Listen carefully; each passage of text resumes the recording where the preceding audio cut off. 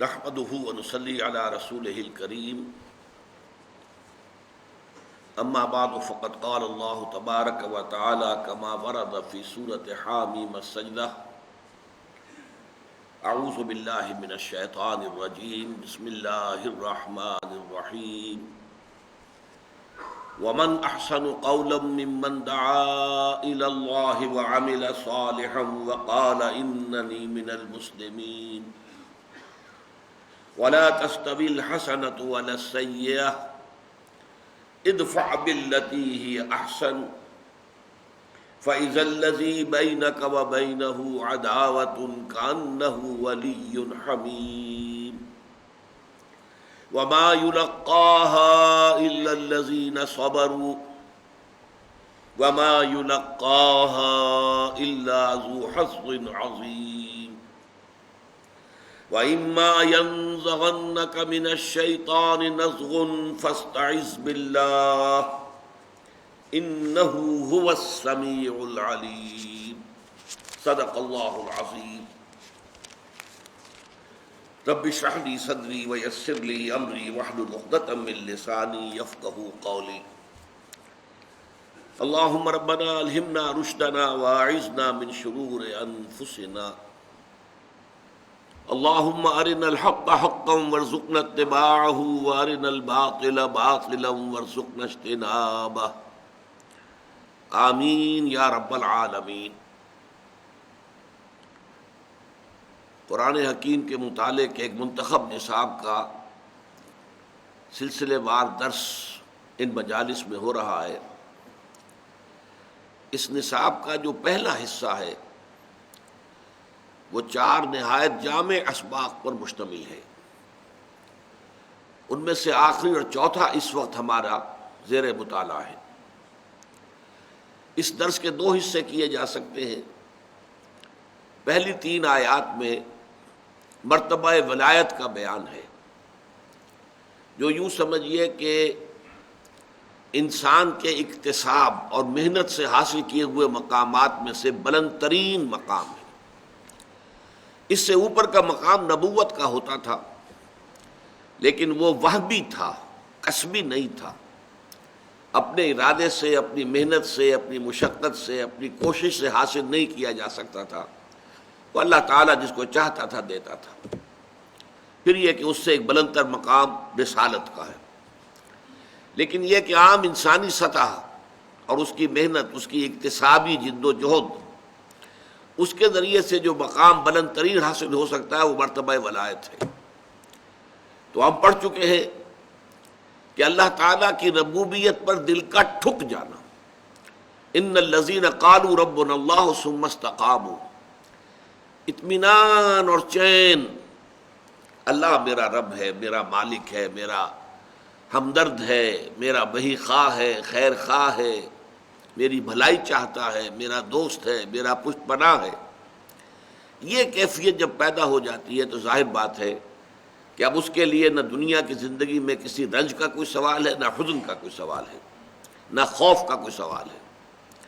تو جیسے کہ سورہ یونس کی آیات میں کہا گیا، الا ان اولیاء اللہ لا خوف علیہم ولا هم یحزنون، اللہ کے اولیاء، اللہ کے ولی، ان کا معاملہ تو یہ ہوتا ہے کہ نہ انہیں کسی شے کا خوف ہوتا ہے اور نہ کوئی حزن۔ وہی بات یہاں آئی، ان الذین قالوا ربنا اللہ ثم استقاموا تتنزل علیہم الملائکۃ الا تخافوا ولا تحزنوا وابشروا بالجنۃ التی کنتم توعدون۔ اس کے بعد جو بھی ان کے مراتب عالیہ ہوں گے جنت میں، ان کا بیان ہے۔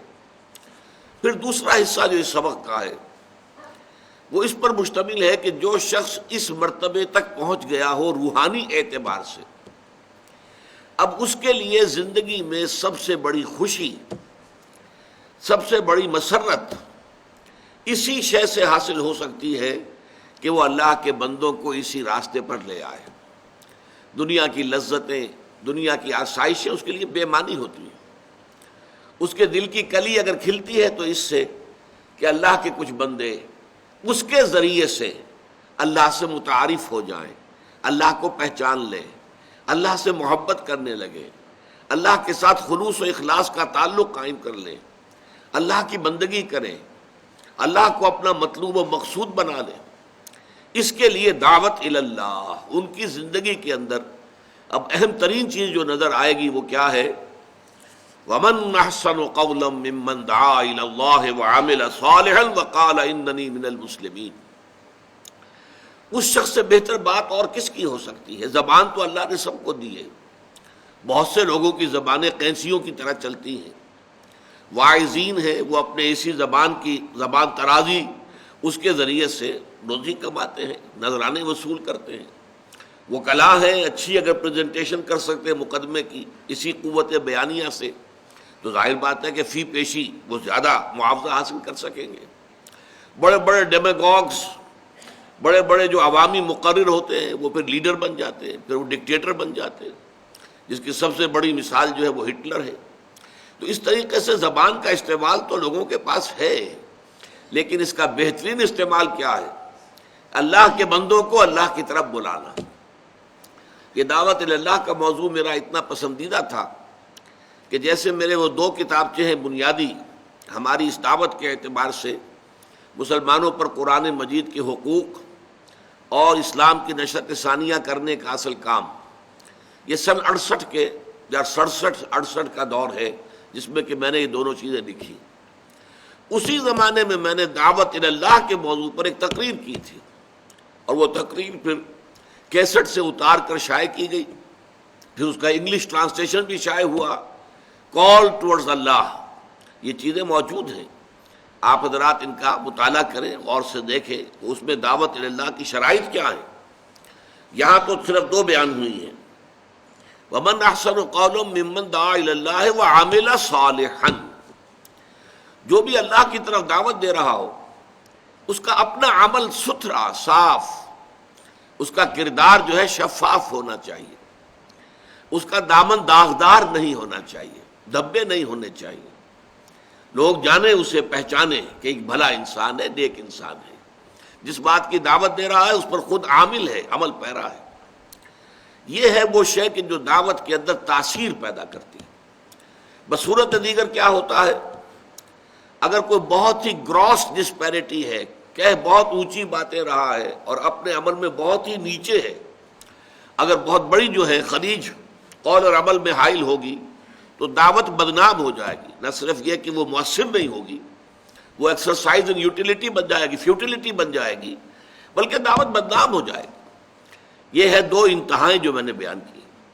البتہ اس میں ایک اندیشہ یہ ہوتا ہے، شیطان یہ پٹی پڑھا سکتا ہے لوگوں کو، ابھی تم کامل نہیں ہو، تم دعوت کا کام مت شروع کرو، دیکھو تمہارے اندر یہ کمی ہے، یہ نقص ہے، یہ کوتاہی ہے۔ اب ظاہر بات ہے کوئی بھی انسان سوائے نبیوں کے کامل تو نہیں ہوتا، کہیں نہ کہیں کوئی خطا، کہیں نہ کہیں کوئی انگلی دھرنے کی جگہ تو نکل ہی آئے گی۔ بلکہ اس کو تو ایسا کہتے ہیں، میں مثال دیا کرتا تھا کہ جیسے پیاز کو ایک چھلکا اتاریے تو آگے پھر چھلکا ہی ہے، یہ چھلکوں ہی کا مجموعہ ہے، پیاز کسے کہتے ہیں؟ اب اگر فرض کیجئے کہ آپ کو اپنے کچھ برائیوں کا احساس ہو گیا، آپ نے وہ برائیاں دور کر لی، گویا کہ چھلکا اتر گیا، اب اگلا چھلکا جو اس پر آپ کو کوئی داغ نظر آ جائیں گے۔ یہ اگلے چھلکے والے داغ اس وقت تک نظر نہیں آ سکتے جب تک کہ پہلا چھلکا اترے نہ۔ پہلا چھلکا اترے گا تو دوسرے چھلکے کے داغ نظر آئیں گے، دوسرا اترے گا تو تیسرے کے داغ نظر آئیں گے، اور یہ سلسلہ کبھی ختم ہونے والا نہیں ہے۔ کوئی انسان کامل نہیں ہو سکتا، لہذا اس کی وجہ سے دعوت سے بالکل انسان کنارہ کش رہے، یہ درست نہیں ہے۔ اس سے تو گویا کہ شر کو فائدہ ہوا، شیطان کو فائدہ ہوا اور نقصان دین کا ہوا۔ تو انسان کام کرے، دعوت دیتا رہے، اور اس میں یہ البتہ ضرور کہ اپنا جائزہ لیتا رہے، سیلف سینسر، خود اپنے آپ کو سینسر کرے کہ میں کیا کر رہا ہوں۔ اور اس میں ایک فائدہ بھی ہو سکتا ہے کہ آٹو سجیشن کی بات ہو سکتی ہے کہ جب میں کہہ رہا ہوں لوگوں سے یہ کرو یہ کرو یہ کرو تو اس کا مجھ پر ایک اثر ہوگا کہ تم بھی کرو بھائی، تم اس کے اندر بسم اللہ کرو، تمہاری دعوت بھی مؤثر ہوگی تو اسی شکل میں ہوگی۔ لہذا ان دونوں انتہاؤں کے بین بین چلنے کی ضرورت ہے، نہ تو یہ ہو کہ صرف اس وجہ سے کہ میں تو ابھی کامل نہیں ہوں، اگر دعوت کے کام سے دستکش رہے انسان تو ظاہر بات ہے کہ نقصان دین کا ہوا اور وہ جو شیطان کا فائدہ ہوا۔ البتہ یہ بھی ہے کہ بہت زیادہ ڈسپیرٹی نہ ہو، بہت بڑی خلیج حائل نہیں ہونی چاہیے. چھوٹے موٹے گناہ، چھوٹی موٹی خامیاں، اس پر بھی اگر کوئی توجہ دلائے کہ بھائی دیکھو تمہارے اندر یہ خامی ہے تو اس کا شکریہ ادا کریں. حدیث میں جو الفاظ آتے ہیں المسلم مرآۃ المسلم، ایک مسلمان دوسرے مسلمان کے لیے آئینہ ہے. کیا معنی؟ آپ آئینے میں اپنا چہرہ دیکھتے ہیں، نظر آتا ہے یہاں کوئی داغ لگا ہوا ہے، کیا چیز ہے، اس کو میں صاف کروں. یہ جو چہرے کا داغ ہے آئینے سے نظر آیا نا آپ کو، ورنہ آپ کو نظر نہیں آتا کہ کیا ہے. اس پہلو سے ایک مسلمان کو دوسرے مسلمان کے لیے آئینہ بن جانا چاہیے کہ اس کی خامیوں میں، اس پہ خطاؤں میں اس کو متنبہ کرے، اس کو بتائے، لیکن بتائے دل جوئی کے ساتھ، نرمی کے ساتھ، اور معلوم ہو کہ یہ شخص جو ہے وہ خیر خواہی کے تحت یہ بات کہہ رہا ہے، صرف اپنی دھونس جمانے کے لیے نہیں کہہ رہا ہے، اپنے زہد کا جو ہے وہ سکہ جمانے کے لیے نہیں کہہ رہا ہے، انداز تحقیر کا نہ ہو کہ تمہارے اندر یہ خرابی ہے دیکھو، نہیں، بلکہ ہمدردی کا ہو، دل سوزی کا ہو، خلوص اور اخلاص کا ہو. بہرحال یہ ومن احسن من قولا ممن دعا الی اللہ وعمل صالحا. اور تیسری چیز وقال اننی من المسلمین، اور وہ یہ کہے کہ میں بھی مسلمانوں میں سے ہوں. یعنی میں اپنے آپ کو کوئی شے دیگر نہیں سمجھتا، میں کوئی بالا تر شخصیت اپنے آپ کو نہیں سمجھتا، میں بھی عام مسلمان ہوں جیسے کہ اور مسلمان ہیں. اس میں ایک تو تواضع کا پہلو ہے کہ یہ نہ ہو کہ تکبر پیدا ہو جائے. اگر آپ دعوت اللہ کے منصب پر اللہ نے آپ کو فائز کر دیا ہے، آپ اس کام میں لگے ہوئے ہیں، تو تواضع پیدا ہو جانی چاہیے، اپنی خامیاں نظر آنی چاہیے، اور اس کے پیش نظر طبیعت کے اندر بجائے تکبر کے، بجائے فخر کے، بجائے اکڑ کے، الٹا تواضع، جھکاؤ پیدا ہونا چاہیے، عاجزی اور تذلل پیدا ہونی چاہیے. جیسے کہ میں نے بتایا تھا، شیخ سعدی کہتے ہیں کہ پھلدار درخت جب جیسے آم کا درخت ہے یا کوئی اور سنترے کا درخت ہے، تو جب پھل لگتا ہے تو شاخیں جھک جاتی ہیں. ایسے ہی انسان کی شخصیت میں اگر اچھے اعمال، اچھے کردار، اچھے اخلاق اگر اس کے پھل لگے تو شاخوں کو جھکنا چاہیے. وقال اننی من المسلمین میں ایک بات اور بھی ہے، اور وہ یہ ہے کہ کوئی نیا تفرقہ نہ پیدا کرے. میں بھی مسلمانوں میں سے ہوں، ہم مسلمان ہیں، ہم سب کے سب مسلمانوں میں سے ہیں. اس معنی کے اندر یہ نہ ہو کہ نہیں ہمارا ایک علیحدہ نشان ہے، ہمارا علیحدہ ایک شعار ہے، ہم اپنے آپ کو ان چیزوں کی بنا پر ممیز کر دیں گے. یہ مسجد ہماری ہے، یہاں کوئی نہ آئے، وہاں لکھ دیا جائے یہ مسجد فلاں ہے، تاکہ دوسرے لوگ جو ہیں وہ اس کے اندر پھر داخل نہ ہو. یہ چیزیں جو ہیں تفرقہ، اس کی نفی ہے. وقال اننی من المسلمین. اب جیسا کہ ہم دیکھتے آئے ہیں سورۃ العصر سے، جب سے ہم نے مطالعہ شروع کیا اس منتخب نصاب کا، جب بھی دعوت الی الخیر آئے گی اس کے لیے اس کے مخالفت ہوگی اور اس کے راستے میں مزاحمت ہوگی. چنانچہ جب آپ اللہ کی طرف بلائیں گے تو جن لوگوں نے اپنی خدائی کا سکہ دنیا میں چلا رکھا ہے، کوئی فرعون ہے اور وہ کہتا ہے انا ربکم الاعلی، کوئی نمرود ہے وہ کہتا ہے میں رب ہوں، یا یہ کہ کوئی اور ڈکٹیٹر ہے وہ سمجھتا ہے کہ میرے ہاتھ میں اختیار مطلق ہے، ظاہر بات ہے انہیں تو پسند نہیں آئے گا. وہ بادشاہ ہے، مالک الملک بن کر بیٹھا ہوا ہے، جس کی زبان سے نکلا ہوا ہر لفظ قانون بن جاتا ہے. وہ کیسے پسند کریں گے کہ دعوت اللہ، اللہ خدا واحد کی دعوت ہو. اسی کی جیسا کہ میں نے پرسوں کے جمعے میں بیان کیا تھا کہ اس توحید دعوت اللہ جو ہے اس کی 3 کرونریز ہے انتہائی انقلابی. سب سے پہلی بات یہ کہ حاکم صرف اللہ ہے، کسی اور کو حاکمیت کا حق حاصل نہیں ہے. ان الحکم الا للہ امر اللہ تعبدوا الا ایاہ ذالک الدین القیم ولا یشرک فی حکمہ احدا. تو مثبت پہلو میں بھی منفی میں بھی حکم کا اختیار، حاکمیت کا حق اللہ کے سوا کسی کو نہیں، اور وہ کسی کو اپنے اس حق میں شریک کرنے کو تیار نہیں. انسان کے لیے کیا ہے؟ خلافت ہے. اب جنہوں نے اپنی حاکمیت کے تخت جما رکھے ہیں انہیں یہ دعوت کیسے پسند آئے گی؟ اسی طرح اسی نقطۂ توحید کا، جیسا کہ میں نے وہ شعر بھی سنایا تھا علامہ اقبال کا کہ زندہ قوت تھی زمانے میں یہ توحید کبھی تھی آج نہیں رہی. زندہ قوت تھی زمانے میں یہ توحید کبھی، اور اب کیا ہے؟ فقط ایک مسئلہ ہے علم کلام کا ایک مسئلہ بن گیا ہے. ہیں صفات ذات حق، حق سے جدا یا عین ذات، امت مرحوم کی ہے کس عقیدے میں نجات. اب یہ ہے بحثیں چل رہی ہیں، یہ بحثیں جو بالکل دور ازکار ہیں، جن کا کوئی تعلق جو ہے انسان کی عملی زندگی سے نہیں ہے. عملی زندگی سے دوسرا تعلق کیا ہے؟ مالک حقیقی ہر شے کا صرف اللہ ہے. للہ ما فی السماوات و ما فی الارض. یہ الفاظ تو اتنی مرتبہ آئے ہیں کہ گنتی نہیں کی جا سکتی. اس کے معنی کیا ہوئے؟ ملکیت تامہ، مکمل ملکیت، مخلوق میں سے کسی کو کسی شے کی حاصل نہیں. ہاں مخلوق کے لیے امانت ہے. این امانت چند روزہ نزد ماست، در حقیقت مالک ہر شے خداست. اب نوٹ کیجئے، یہ ملکیت انسانی کی نفی یہ کسی 20ویں صدی عیسوی کے کمیونسٹ شاعر کا یہ شعر نہیں ہے جو میں نے آپ کو سنایا. یہ 800 برس قبل کے شیخ سعدی کا شعر ہے. این امانت چند روزہ نزد ماست. اگر میرا مکان ہے تو یہ میری ملکیت نہیں ہے، یہ اللہ تعالیٰ کی ملکیت ہے، میرے پاس امانت ہے. مکان تو دور رہا، میرا یہ ہاتھ جو ہے یہ اللہ کی ملکیت ہے، میرے پاس امانت ہے. امانت کو میں اصل مالک کی مرضی کے مطابق استعمال کر سکتا ہوں. اس کی مرضی کے خلاف اگر استعمال کروں گا خیانت ہو جائے گی. اور تیسرے یہ کہ اللہ تعالیٰ ہی نے تمام انسانوں کو پیدا کیا تو تمام انسان برابر ہیں. پیدائشی طور پر نہ کوئی اونچا ہے نہ نیچا ہے، نہ گھٹیا ہے نہ بڑھیا ہے، نہ اعلیٰ ہے نہ ادنا ہے، کوئی نہیں. سب انسان برابر ہیں. لا فضل لعربی علی عجمی ولا لعجمی علی عربی ولا لأحمر علی اسود ولا لأسود علی احمر الا بالتقوی. کسی عربی کو کسی اجمی پر کوئی فضیلت نہیں، کسی عجمی کو کسی عربی پر کوئی فضیلت نہیں، کسی گورے کو کسی کالے پر کوئی فضیلت نہیں، کسی کالے کو کسی گورے پر کوئی فضیلت نہیں. فضیلت کا معیار صرف تقویٰ ہے. تو یہ ہے در حقیقت وہ معیارات. یہ دعوت جب بھی سامنے آئے گی مزاحمت ہوگی، لوگ مقابلہ کریں گے. جن کے ویسٹڈ انٹرسٹ ہیں، جنہوں نے اپنے نظام بنا رکھے ہیں، سرمایہ دارانہ نظام ہے، ہیوز اور ہیو ناٹس کے اندر معاشرہ تقسیم ہو چکا ہے، استبدادی نظام ہے، اوپریسرز دی اوپریسڈ، جو مستضعفین اور مستکبرین کے مابین معاشرہ منقسم ہے. وہ مستکبرین کبھی پسند نہیں کریں گے اس دعوت کو.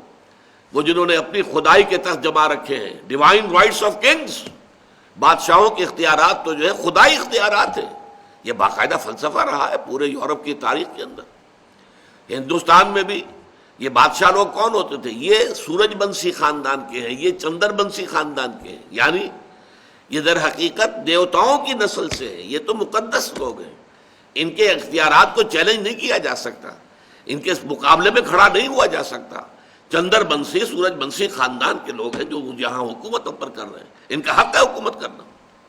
وہاں اگر یہ دعوت اللہ بلند کی جائے گی تو یقیناً مخالفت ہوگی، مزاحمت ہوگی، داعیوں کو ستایا جائے گا، مارا جائے گا، پیٹا جائے گا. آپ کو معلوم ہے کہ سقراط کو تو زہر کا پیالہ عدالت کے اندر پینا پڑا. عدالت میں اس کے سامنے یہ بات رکھی گئی تھی کہ تم جو باتیں بیان کر رہے اس سے ہماری نسل بگڑ رہی ہے، ہمارے آبائی عقیدے جو ہے، نسل ہماری نوجوان نسل جو ہے اس سے برگشتہ ہو رہی ہے. تو اب ایک ہی شکل ہے، یا تو تم زبان بند رکھو، خاموش رہو، بولو نہیں، اپنے دل میں جو عقیدہ چاہو رکھو، ہم تم سے کچھ نہیں کہیں گے، کوئی باس پرس نہیں کریں گے. لیکن اگر بیان کرو گے تو وہ ہمیں گوارا نہیں ہے. اگر بیان کرنے سے باز نہیں رہ سکتے تو یہ جو زہر کا پیالہ موجود ہے ابھی پی لو. اس نے فوراً اٹھایا اور پی لیا. حق کے بیان کرنے سے میں باز نہیں رہ سکتا. زندگی کا معنی کیا ہوئے؟ کاہے کے لیے زندہ رہنا ہے پھر؟ اس لیے زیستن برائے چیست، کس چیز کے لیے زندہ رہنا ہے؟ زیستن تو ہوتا ہے بغیر کسی مقصد کے لیے، برائے مقصد. زندگی برائے زندگی تو کوئی شے نہیں ہے. تو ومن احسن قولا ممن دعا الى الله وعمل صالحا وقال انني من المسلمين ولا تستوي الحسنة ولا السيئة. جب اس دعوت کے جواب میں مزاحمت ہو، مخالفت ہو، تو اب یہ ہے کہ اس کے دو مراحل ہوتے ہیں. نوٹ کر لیجئے، ان آیات میں پہلے مرحلے کا ذکر ہے، دوسرے کا ذکر نہیں ہے. پہلا مرحلہ ہے دعوت کا مرحلہ، جبکہ آپ کو ابھی اپنی بات کو پھیلانا ہے، لوگوں تک عام کرنا ہے، پہنچانا ہے. اس کے لیے you have to buy time, آپ کو وقت چاہیے. جیسے کہ سقراط نے اسی وقت پیالہ پی لیا تو بات ختم ہو گئی. لیکن یہ کہ اگر کسی معاشرے میں ممکن ہے آخری حکم نہ ہو یہ، بلکہ یہ ہو کہ مارا جائے، پیٹا جائے، لیکن اس پر انسان ڈٹا رہے، اپنی بات کہتا رہے، جوابی کارروائی کوئی نہ کرے. جوابی کارروائی کرے گا تو کچل دیا جائے گا، کیونکہ بہت تھوڑے تعداد میں اس کے حامی ہوں گے، اور معاشرہ جمع ہوا ہے، اس کا نظام ہے، اس کی فوجیں ہیں، اس کے سارے انتظامات ہیں، تو لہذا بہت ہی ان ایکول قسم کا مقابلہ ہو جائے گا.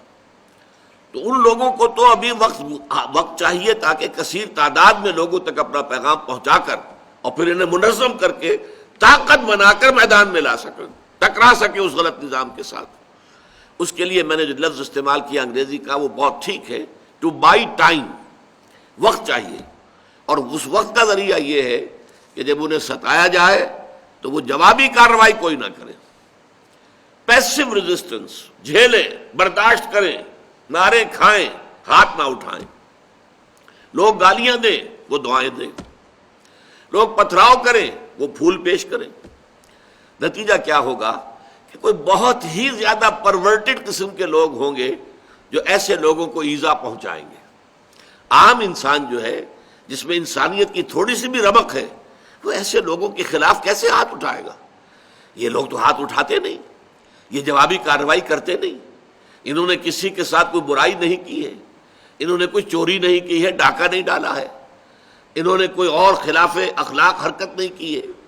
اور یہ کہ پھر جب ان کو کچھ کہا جا رہا ہے تو جواب میں یہ دعائیں دے رہے ہیں، لوگ گالیاں دے رہے ہیں اور یہ دعائیں دے رہے ہیں، لوگ پتھراؤ کر رہے ہیں اور یہ پھول پیش کر رہے ہیں. اگر یہ روش ہوگی تو وہ جو سائلنٹ میجورٹی ہوتی ہے، وہ سائلنٹ میجورٹی کی ہمدردیاں جو ہے وہ ان لوگوں کے ساتھ، داعیوں کے ساتھ، جو دعوت دینے والے لوگ ہیں، ان کی میجورٹی کی ان کی ہمدردیاں ان کے ساتھ ہو جاتی ہیں. اور پھر بہت سے لوگ، اس کا نتیجہ یہ بھی نکلتا ہے، جیسے آپ کو معلوم ہے پتھر کے اندر بھی مسلسل اگر پانی کا قطرہ گرتا رہے ایک مقام پر تو سوراخ ہو جاتا ہے پتھر میں. اسی طرح بہت سے ہوتے ہیں سنگ دل لوگ جن کے دل پتھروں کے مانند ہوتے ہیں، لیکن اس طرز عمل سے کہ یہ لوگ جو ہیں یہ تو کوئی جوابی کارروائی نہیں کرتے، کسی کا برا جو ہے نہ کہتے ہیں نہ کرتے ہیں، تو ان کے دلوں کے اندر بھی انقلاب آتا ہے. اس لیے فرمایا وَلَا تَسْتَوِي الْحَسَنَةُ وَلَا السَّيِّئَةُ، اچھائی اور برائی برابر نہیں ہوتے. ادفع باللتی احسن، جب تمہاری مخالفت ہو، جب تمہیں ستایا جائے، جب تمہیں مارا جائے، تمہیں ایذا دی جائے، پرسیکیوٹ کیا جائے، تم مدافعت کرو اس طور سے جو نہایت اعلیٰ ہو، نہایت حسین. جو میں نے عرض کیا کہ اینٹ کا جواب پتھر سے دینے کی بجائے اینٹ کا جواب پھول سے پیش کرو، گالی کا جواب دعا سے دو. اگر یہ کرو گے تو اس کا نتیجہ کیا ہوگا؟ فَإِذَا الَّذِي بَيْنَكَ وَبَيْنَهُ عَدَاوَةٌ، وہ سنگ دل انسان بھی کہ جو آپ کا بہت گہرا دشمن تھا، بہت بڑا دشمن، جانی دشمن، اس کا حال بھی یہ ہو جائے گا کہ انتہائی گرم جوش ساتھی اور حامی بن جائے گا. كَأَنَّهُ وَلِيٌّ حَمِيمٌ، ولی بن جائے گا، پشت پناہ بن جائے گا آپ کی شرافت سے، آپ کے حسن سلوک سے متاثر ہو کر. لیکن یہاں اب میں چاہتا ہوں کہ نوٹ کر لیں، یہ ہے مقام دعوت. اگلا مرحلہ ہے مقام اقامت، دین کو قائم کرنے کا مرحلہ. وہ مرحلہ کب آتا ہے؟ جبکہ اس دعوت کے ذریعے سے معتدب تعداد میں لوگ جمع ہو جائیں، اس دعوت کو قبول کر کے اور تکلیفیں جھیل کر، مصائب برداشت کر کے ان کا کردار پختہ ہو جائے. تو خاک میں مل اور آگ میں جل، جب خشت بنے تب کام چلے. ان خام دلوں کے عنصر پر بنیاد نہ رکھ، تعمیر نہ کر. خام ہے جب تک تو ہے مٹی کا ایک انبار تو، اور پختہ ہو جائے تو ہے شمشیر بے زنہار تو. اگر یہ لوگ پختہ ہو گئے، ان کا عزم جو ہے قوی ہے، ڈسپلن مضبوط ہے، اور یہ تن من دھن قربان کرنے کو تیار ہیں، پھر اب اس نظام باطل کے ساتھ ٹکر لینی ہے. اس ٹکر میں ظاہر بات ہے کہ پھر وہاں تو اینٹ کا جواب پتھر سے دینا ہوگا، وہاں تو بدلہ لینا ہوگا. جیسی برائی ان کے ساتھ کی جائے گی ویسی ہی برائی کرنے کا ان کو بھی حق حاصل ہوگا. اگلے مرحلے میں جا کر صورت بدل جاتی ہے. یہی بات ہے کہ جس کو بعض ہمارے جو مغربی مصنفین ہیں انہوں نے اس فرق کو ہائی لائٹ کرنے کے لیے پروفیسر منٹگومری واٹ، ہم لوگ تو اصل میں ان لوگوں کی ظاہری باتوں سے متاثر ہو جاتے ہیں، جنرل ضیاء الحق صاحب نے انہیں خاص طور پر بلایا تھا ایک مرتبہ، جو سینٹرل مرکزی حکومت کے تحت ہو رہی تھی سیرت کانفرنس، اس میں تقریر کرنے کے لیے انگلینڈ سے بلایا، اور اس شخص نے اتنا زہر بھرا ہوا ہے، اس نے 2 کتابیں لکھی ہیں حضور کی سیرت پر، محمد at Mecca, Muhammad at Medina, اور ان دونوں میں کنٹراسٹ کو ہائی لائٹ کیا ہے۔ مکے میں تو محمد جو ہے صلی اللہ علیہ وسلم، ان کا حکم یہ تھا کہ چاہے تمہارے ٹکڑے کر دیے جائیں تم ہاتھ نہیں اٹھاؤ گے۔ مدینے میں آ کر وہی محمد ہے جو کہہ رہے ہیں کہ اینٹ کا جواب پتھر سے دو۔ تضاد ہو گیا کہ نہیں ہو گیا؟ یہ تضاد در حقیقت ہے تضاد، لیکن یہ تضاد ایک انقلابی عمل کے 2 مراحل کا ہے۔ ایک مرحلہ دعوت کا ہے، اس وقت جو ہے وہی شکل بہتر تھی اور اسی کو اختیار کیا گیا۔ بلکہ یہ بات ٹوائنبی نے کہی ہے، ٹوائنبی چونکہ اس دور میں فلسفی آف ہسٹری کا سب سے بڑا یہ سمجھیے کہ اتھارٹی سمجھا جاتا ہے، اس نے کہا Muhammad failed as a prophet but succeeded as a statesman. مکے میں وہ کہتا ہے کہ محمد چاہے نبی تھے یا نہیں تھے، کیونکہ وہ تو نہیں مانتا نبی، لیکن ان کا انداز نبیوں کا سا تھا، جیسا عیسیٰ تعلیم دیتے تھے، گلیوں میں پھرتے تھے، لوگوں کو اپنی بات پہنچاتے تھے، حضرت یحییٰ تھے، ایسا ہی نقشہ مکے کے اندر محمد کا بھی تھا صلی اللہ علیہ وسلم۔ وہاں تو وہ ناکام ہو گئے، وہاں سے تو انہیں جان بچا کر ان کے نزدیک بھاگنا پڑا، وہ اسے کہتے ہیں فرار، فلائٹ فرام مکہ۔ نو، ہمارے نزدیک یہ آلٹرنیٹ بیس کے لیے یہ ہجرت تھی۔ بہرحال مدینے میں آ کر محمد جو ایک اسٹیٹس مین کی حیثیت سے، ایک بڑے سیاستدان کی حیثیت سے، ایک بڑے حاکم اور ایک سپہ سالار کی حیثیت سے سامنے آتے ہیں، دیر ہی سکسیڈڈ، وہاں کامیاب ہو گئے۔ تو یہ زہر در حقیقت جو ہے، اس کو یوں سمجھ لیجئے، انقلابی عمل اگر آپ سمجھیں، میری کتاب جو ہے منہج انقلاب نبوی علی صاحب صلاۃ والسلام، اس کا مطالعہ کیجئے تو معلوم ہوگا کہ یہ ایک ہی پروسیس کے مختلف مراحل ہیں۔ ایک مرحلے پر جھک کر صلح کرنا مناسب تھا، صلح حدیبیہ میں جھک کر صلح کی ہے۔ اگلے مرحلے میں صلح کا کوئی فائدہ نہیں تھا، بلکہ صلح کا مطلب یہ ہوتا کہ کفر کو آپ فریش لیز آف ایگزسٹنس دے دیں۔ حضور کے علم میں تھا کہ مکے والوں کے اندر اب مقابلے کی تاب نہیں ہے، ہمت نہیں ہے، تو صلح کا مطلب یہ تھا کہ خام خواہ شرک کو مزید مہلت دی جائے۔ آپ نے صلح نہیں کی، حالانکہ ابو سفیان چل کر آیا ہے اور آ کر وہ سفارشیں بھی جو ہے وہ ڈلوا رہا ہے، حضور نہیں سن رہے۔ تو یہ ہر مرحلہ وہ انقلابی عمل کے مراحل کے تقاضے مختلف تھے، ان میں تضاد نہیں ہے۔ تو یہ بات ذرا جو ہے اگلی سورت جو ہے سورہ شورا، سورہ حامیم سجدہ کے بعد، ہمارے منتخب نصاب میں وہ حصہ شامل نہیں ہے، لیکن سورہ شورا کا مرکزی مضمون ہے اقامت الدین۔ شرع لکم من الدین ما وصی بہ نوحا والذی اوحینا الیک وما وصینا بہ ابراہیم وموسیٰ وعیسیٰ ان اقیموا الدین ولا تتفرقوا فیہ۔ اے مسلمانوں، دین تو تمہارے لیے بھی وہی ہے جو ہم نے نوح کو دیا تھا، ابراہیم کو دیا، موسیٰ کو دیا، عیسیٰ کو دیا، لیکن تم پر وہ دین کامل کر دیا گیا۔ الیوم اکملت لکم دینکم واتممت علیکم نعمتی ورضیت لکم الاسلام دینا۔ اب تمہارا فرض ہے اسے قائم کرو، نافذ کرو۔ یہ اقامت دین کی صورت ہے سورہ شورا۔ اس میں فرمایا گیا ہے والذین اذا اصابہم البغی ہم ینتصرون۔ یہاں مقام مدح میں اہل ایمان کی وہ لوگ جن پر جب کوئی زیادتی کی جاتی ہے تو وہ بدلہ لیتے ہیں۔ اب دیکھیے یہاں کا اور وہاں کا کنٹراسٹ آ گیا۔ یہاں ادفع باللتی احسن، آپ گالی کے جواب میں دعا دیں جیسے کہ مکے میں ہوتا رہا، لیکن اس کے بعد آپ کو معلوم ہے مدینے میں آ کر والذین اذا اصابہم البغی ہم ینتصرون وجزاء سیئۃ سیئۃ مثلھا۔ بدی کا، برائی کا بدلہ ویسی ہی برائی ہے جیسا وہ تمہارے ساتھ کرتے ہیں۔ جیسے ایک اور مقام پر آیا ہے اخرجوہم من حیث اخرجوکم، نکالو ان مشرکوں کو وہاں سے جہاں سے کہ انہوں نے تمہیں نکالا ہے۔ یہ جو ہے اینٹ کا جواب پتھر، ترکی بترکی جواب، یہ ہے در حقیقت اقامت دین کی جد و جہد۔ تو یہ میں نے آپ کے سامنے بیان کر دیا کہ یہاں جو کچھ بیان ہو رہا ہے وہ در حقیقت مقام دعوت کے حوالے سے ہے۔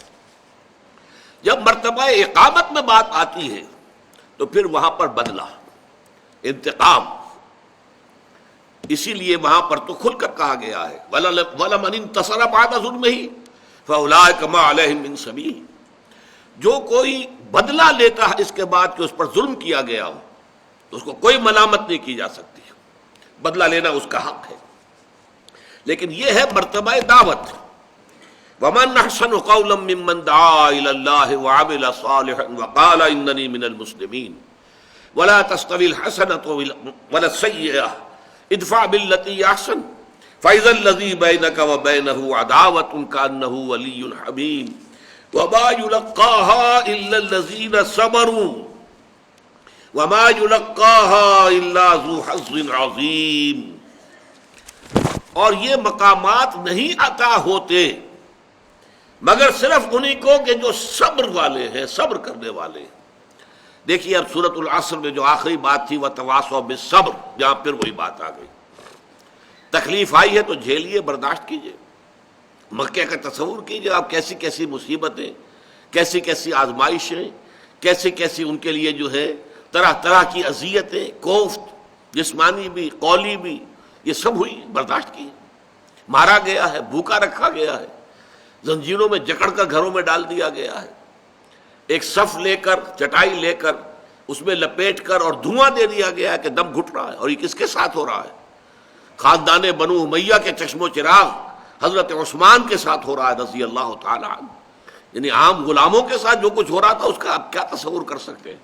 یہ جب اونچے گھرانوں کے نوجوانوں کے ساتھ یہ سلوک ہو رہا تھا، جس کی وجہ سے حضرت عثمان رضی اللہ تعالیٰ عنہ نے ہجرت کی ہے، ہجرت حبشہ، اور ان کے ساتھ حضور کی صاحبزادی جو حضرت عثمان کی اہلیہ تھی وہ بھی ساتھ گئی۔ تو فرمایا وَمَا يُلَقَّاهَا إِلَّا الَّذِينَ صَبَرُوا، نہیں دیے جاتے یہ مقامات بلند مگر انہی کو جو صبر کرنے والے ہیں۔ وَمَا يُلَقَّاهَا إِلَّا ذُو حَظٍّ عَظِيمٍ، اور نہیں دیے جاتے یہ مقامات اور یہ مراتب عالیہ۔ میں نے عرض کیا تھا نا کہ یہ مقام بلند ترین مقام جو ہے انسان کے لیے کسبی اعتبار سے، اپنی محنت سے، اپنی کوشش سے جو بلند ترین مقام انسان حاصل کر سکتا ہے وہ ان 7 آیات میں بیان ہوا ہے۔ پہلے 3 آیات میں مرتبہ ولایت، اور باقی 4 آیات میں اب اللہ کی طرف لوگوں کو بلانا اور اس کے تقاضے اور اس کا طرز عمل۔ وَمَا يُلَقَّاهَا إِلَّا الَّذِينَ صَبَرُوا وَمَا يُلَقَّاهَا إِلَّا ذُو حَظٍّ عَظِيمٍ، نہیں دیے جاتے یہ مقامات مگر انہی کو کہ جو بہت نصیب والے ہیں۔ حظ، حظ اردو میں بھی استعمال ہوتا ہے، حصہ، نصیب، حظ، تو حظ عظیم، جو بہت بڑے نصیب والے ہیں، بہت خوش قسمت لوگ ہیں۔ یہ مقامات بلند جو ہیں، یہ مرتبہ بلند ملا جس کو مل گیا، ہر مدعی کے واسطے دار و رسم کہاں۔ یہ مقامات جو ہے یہ در حقیقت بہت ہی صاحب نصیب اور صاحب قسمت لوگوں کے حق میں آنے والے ہیں۔ یہ یلقاہا جو ہے یہ فعل مجہول ہے، نہیں دیے جاتے یہ مراتب۔ اگرچہ عام طور پہ ترجمہ اگر آپ دیکھیں گے تو وہاں یہاں فعل معروف کے اندر ہی اس کا جو ہے ترجمہ کر دیا گیا ہے، نہیں حاصل کر سکتے ان مقامات عالیہ کو، ان بلند مراتب کو مگر وہی لوگ کہ جو صبر کرنے والے ہیں، اور نہیں حاصل کر سکتے ان مقامات بلند کو مگر وہ کہ جو بہت بڑے نصیب والے ہیں۔ اب آخر میں فرمایا وَإِمَّا يَنزَغَنَّكَ مِنَ الشَّيْطَانِ نَزْغٌ فَاسْتَعِذْ بِاللَّهِ، اور اگر کبھی تمہیں کوئی اکساہٹ ہو ہی جائے، شیطان جو ہے تمہارے اندر وسوسہ اندازی کر کے تمہارے اندر غصے کی کیفیت پیدا کر دے، ظاہر بات ہے انسان انسان ہے۔ آپ نے 10 مرتبہ لوگوں کی بری باتیں سنی اور خاموش رہے، یا اچھی بات میں جواب دیا، انہیں دعائیں دی، 11ویں مرتبہ ہو سکتا ہے کہ آپ کو غصہ آ جائے۔ لیکن یہ غصہ اگر آیا ہے، جان لو مقام دعوت میں اگر یہ غصہ آیا ہے، یہ شیطان کی طرف سے وسوسہ ہے۔ یہ نزغ کے لفظ کو پہچان لیجئے، عربی میں ایک بڑا اس اعتبار سے بڑا خوبصورت معاملہ ہے، نزع عین کے ساتھ۔ نزع کے معنی کسی سے کوئی چیز کھینچ لینا، اسی لیے ہم کہتے ہیں عالم نزع میں تھا، جبکہ جان جو ہے کسی انسان کی کھینچی جا رہی ہے تو عالم نزع میں ہے۔ اور اس کے برعکس عین کے اوپر نقطہ لگ گیا، نزع کی بجائے نزغ بن گیا غین کے ساتھ۔ اس کے معنی کسی چیز میں کوئی شے داخل کر دینا، دخول فی امر لافسادہ، اس میں فساد پیدا کرنے کے لیے، وسوسہ ڈال دینا دل میں، یا اکساہٹ، جسے اکساہٹ کہتے ہیں، چھوت لگ جانا کہیں، یہ ٹھوکا جس کو کہتے ہیں۔ کہیں آپ دیکھیں گے کہ کچھ لوگوں کے درمیان کوئی نزاع ہو رہا ہے تو کوئی شخص ذرا دوسرے کو ذرا دھوکا لگاتا کہ جواب دو نا، آپ آؤ میدان میں۔ تو یہ جو ہے در حقیقت یہ سب شیطان کی طرف سے ہے۔ شیطان چاہتا ہے کہ فساد پیدا ہو جائے، شیطان چاہتا ہے کہ لوگوں کی عصبیت جاہلیت جو ہے وہ بھڑک اٹھے۔ اس لیے قرآن یہ کہتا ہے مسلمانوں، ان مشرکوں کے معبودان باطل کو گالیاں نہ دینا کبھی، وہ پلٹ کر اللہ کو گالی دیں گے، کیا فائدہ؟ وہ ان کے معبود ہیں، وہ معبود مانتے ہیں، کہو یہ کہ وہ غلط ہے، ان میں کچھ نہیں ہے، لیکن گالی مت دینا۔ لا تسبوا الذین یدعون من دون اللہ، اللہ کے سوا جن کو یہ پکارتے ہیں انہیں کبھی گالی مت دینا، اس لیے کہ پھر وہ زیادتی میں آ کر اور انتقام کے طور پر اللہ تعالیٰ کو گالی دیں گے۔ اسی طریقے سے یہ ہے کہ آپ جو ہے غصے میں نہ آئیں، غصے میں آنا مقام دعوت کے منافی ہو جائے گا۔ بلکہ میں تو کہا کرتا ہوں کہ جو بدھ مت کے بھکشو کا ایک کانسیپٹ ہے، بدھ مت کے بھکشو درویش، بالکل درویش، دنیا کی کسی شے سے کوئی تعلق ہی نہیں، وہ لوگ جو ہے ہر طرح سے یوں سمجھیے کہ بے نفسی کی انتہا۔ یہ حضرت عیسیٰ علیہ السلام کے پیروکاروں میں بھی ایسے لوگ پیدا ہوئے، بہت سے لوگ جو ہے غلط راستوں پر بھی پڑ گئے، لیکن بہت سے لوگ بڑے خالص رہبانیت والا معاملہ انہوں نے اختیار کیا تو انہوں نے واقعتاً اس کو پھر پورا نبھایا بھی ہے۔ ایسے لوگ بھی دنیا میں گزرے ہیں، نبھایا ہے۔ اسی طرح بدھ مت کے بھکشیوں نے، تبھی یہ دعوت اتنی پھیلی ہے دنیا کے اندر۔ گوتم بدھ کی دعوت کہاں سے کہاں پہنچ گئی، کہاں ہندوستان اور کہاں سارا فار ایسٹ جو ہے، چائنا، یہ سب کے سب گوتم بدھ کے ماننے والے، بلکہ ہندوستان سے تو گوتم بدھ کے مذہب کو نکال ہی دیا گیا، وجود ہی نہیں ہے، سارا کا سارا بیرون ہند ہے۔